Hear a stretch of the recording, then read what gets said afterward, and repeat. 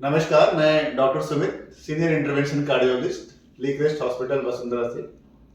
आजकल आपने बहुत देखा होगा कि कई सारे लोग sudden cardiac arrest, sudden cardiac death की शिकार हो रहे हैं। पेशेंट बिल्कुल ठीक होते हैं, चलते फिरते होते हैं और सडनली कहीं कोलैप्स कर जाते हैं और उसके बाद उनके हृदय की गति बंद हो जाती है और वो एक्सपायर हो जाते हैं। ये सिचुएशन बहुत आम होता जा रहा है। दिन रात आप आए दिन टीवी चैनल्स पे भी इस तरह की सीन्स देखते हैं जहां पे वो दिखाते हैं कि पेशेंट को सडन कार्डियक डेथ हो गया। तो ऐसा कोई सिचुएशन अगर आपके आसपास हो रहा है, कोई कोई भी इंसान आपके सामने सडनली कोलैप्स होकर नीचे गिर रहा है, तो आपको किस तरीके से रिएक्ट करना है ये जानना बहुत जरूरी है, क्योंकि आपके रिएक्शन से उस इंसान की जिंदगी बच सकती है। पर प्रॉब्लम ये है कि ये रिएक्शन बहुत फास्ट और स्विफ्ट होना चाहिए और विद इन फ्यू सेकेंड्स आपको स्टार्ट करना है। अगर 2 से 3 मिनट की देरी हो गई आपके एक्शन में, तो उसके बाद उस पेशेंट की लाइफ को बचा पाना ऑलमोस्ट नेक्स्ट टू इम्पॉसिबल हो जाता है।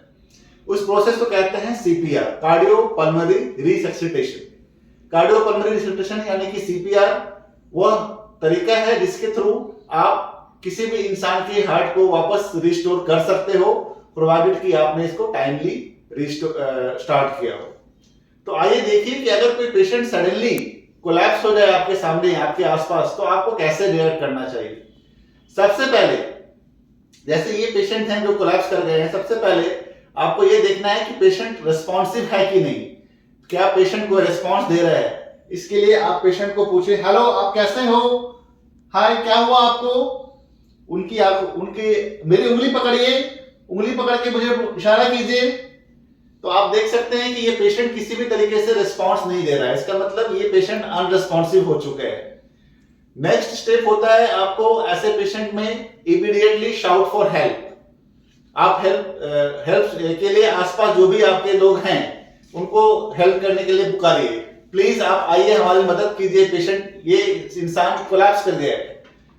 और साथ ही साथ अगर आसपास कहीं ऑटोमेटेड एक्सटर्नल डिफिब्रिलेटर की व्यवस्था है, तो आप उनको कह सकते हैं किसी और को कि आप आसपास कहीं से भी ऑटोमेटेड एक्सटर्नल डिफिब्रिलेटर लेके आए, या अगर आसपास कोई डॉक्टर या नर्सिंग होम कोई भी अवेलेबल हो जहां पे मेडिकोज होते हैं, उनको आप बुला के लेके आए। तो ये एक टाइम सेविंग एफर्ट होता है जिसमें बाय द टाइम आप सीपीआर कर रहे हो तब तक मेडिकल हेल्प पहुंच जाती है। तो फर्स्ट चीज इस कि आप पहले रिस्पॉन्सिवनेस चेक करें, सेकंड कि आप शाउट फॉर हेल्प करें, थर्ड कि आप इमीडिएटली डेंजर साइंस जो होता है पेशेंट्स के वो चेक करें, क्या डेंजर साइंस है। सबसे पहले आप इनकी नब्ज देखें। नब्ज हम 2 जगह देख सकते हैं, एक तो कलाई पे, अगर पेशेंट की नब्ज चल रही है कि नहीं चल रही है आपको मालूम पड़ जाएगा।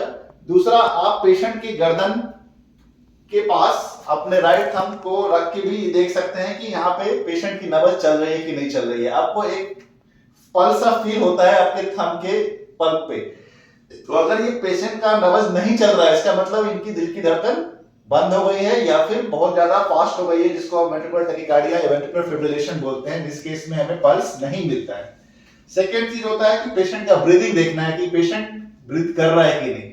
इसके लिए 2 चीजें होती हैं, या आप कान पास में लेके जाएं और सुने कि पेशेंट की सांस की आवाज आ रही है कि नहीं। सेकेंड, जब भी हम सांस लेते हैं तो छाती ऊपर और नीचे होती है सांस के साथ। आप चेस्ट का मूवमेंट भी देख सकते हैं कि पेशेंट की चेस्ट में कोई मूवमेंट, कोई राइज एंड फॉल हो रहा है कि नहीं हो रहा। अगर ये चीजें नहीं हो रही हैं तो ये डेंजरस साइन है, इसका मतलब पेशेंट कोलैप्स हो गया है, उसकी दिल की धड़कन सही तरीके से नहीं चल रही है और वो सांस भी नहीं ले रहा है। तो ये नेक्स्ट स्टेप आपको फिर होता है इमीडिएटली सीपीआर करना, कार्डियो पल्मोनरी रिसक्सिटेशन। सीपीआर कैसे करते हैं ये जानना बहुत जरूरी है। पेशेंट का सीपीआर करने से पहले आप पेशेंट की ब्रीदिंग एयरवे को सिक्योर कर लें। कई बार पेशेंट की गर्दन ऐसा लटक जाती है या मुड़ी रहती है, तो पेशेंट की गर्दन को सीधा करके इस तरह से आप चिन को लिफ्ट कर लें। ऐसा करने से जो सांस की नली है वो सीधी हो जाती है और जो भी थोड़ा बहुत ब्रीदिंग एफर्ट अगर पेशेंट ले रहा है तो वो सांस की नली के थ्रू पेशेंट के फेफड़े तक पहुंच सकती है, नॉर्मल हवा। उसके बाद आप सीपीआर स्टार्ट करेंगे। सीपीआर में क्या करते हैं, आपके हाथ हैं, आपको एक पेशेंट का स्टर्नम, जो बीच की हड्डी होती है छाती की, सबकी होती है, इसको हम स्टर्नम बोलते हैं। स्टर्नम का जो निचला 1/3 एरिया है, लोअर 1/3 एरिया, वहां पे आपको अपना एक हाथ रखना है। अगर आप राइट हैंडेड है तो आपके लिए लेफ्ट हैंड वहां पे रख सकते हैं। दूसरा हाथ ऐसे ऊपर से इसको लॉक करना है, फिंगर्स को इस तरह से लॉक करना है और lower third area of sternum के ऊपर प्रेशर डालना है। प्रेशर डालने समय आप ध्यान ये रखेंगे कि आपके जो एल्बोज हैं ये बिल्कुल स्ट्रेट हो और ये ग्रिप हमारा lower one third of sternum पे हो, और जो हम प्रेशर देंगे वो हम कमर से देंगे, ऐसे नहीं देंगे, इस तरह से नहीं करेंगे। इस तरह से करने से आपका एल्बो जो है वो बेंड हो जा रहा है और ये गलत तरीका होता है सीपीआर करने का। आप स्ट्रेट रखेंगे, एल्बो को लॉक करेंगे अपने दोनों पाम्स को और लोअर थर्ड ऑफ स्टर्नम को कमर के साथ ऐसे पुश करेंगे, ऐसे पुश करेंगे शोल्डर्स के साथ और अपने रिस्ट के कमर के साथ। कितना पुश करना है ये ध्यान रखना है। पुश करने समय कोशिश ये रहे कि कम से कम 2 से 2.5 इंच के आसपास इनका चेस्ट कंप्रेस हो सके, तभी आपका ये जो प्रेशर है ये इफेक्टिव हो पाएगा और हार्ट आपके हर पुश के साथ हार्ट कॉन्ट्रैक्ट करेगा और ब्लड की पंपिंग होगी। ये प्रोसेस आपको इमीडिएटली शुरू करना है without wasting any time. CPR कितनी रफ्तार से करना है? 1 मिनट में आपको 100 बार पंप करना है, 100 टाइम्स। आपकी रफ्तार इतनी होनी चाहिए कि आप 100 टाइम्स पंप कर सके। अगर कोई छोटा बच्चा है, इन्फैंट है, तो ऐसे केसेस में आपको फिर माउथ टू माउथ ब्रीदिंग भी करनी पड़ती है। 30 टाइम्स कंप्रेस करने के बाद आप पेशेंट के माउथ को ओपन करें और उसमें अपना माउथ फिट करके उसको साथ साथ ऐसे करके 2 बार आप हवा पूरी उसके माउथ में छोड़ेंगे, जिससे कि उसका लंग्स जो है एक्सपैंड हो सके और उसको ऑक्सीजन मिल सके। बच्चों में ये जरूरी है, इन्फैंट्स में जरूरी है। अडल्ट के केसेस में सिंपल सीपीआर करने से भी काम चल जाता है। बाय द टाइम आप सीपीआर कर रहे हो, आपने ऑलरेडी एक बंदे को ऑटोमेटेड एक्सटर्नल डिफिब्रिलेटर लाने के लिए कहा है। तो ऑटोमेटेड एक्सटर्नल डिफिब्रिलेटर क्या होती है? अगर ये आपके पास आसपास जैसे कई जगह रेलवे स्टेशन पे, बस स्टैंड पे, जो पब्लिक प्लेसेस हैं या नियर बाय हॉस्पिटल्स हैं, तो वहां पे ये मिल जाता है। ये एक तरह का मशीन होता है जिसमें 2 पैड्स होते हैं।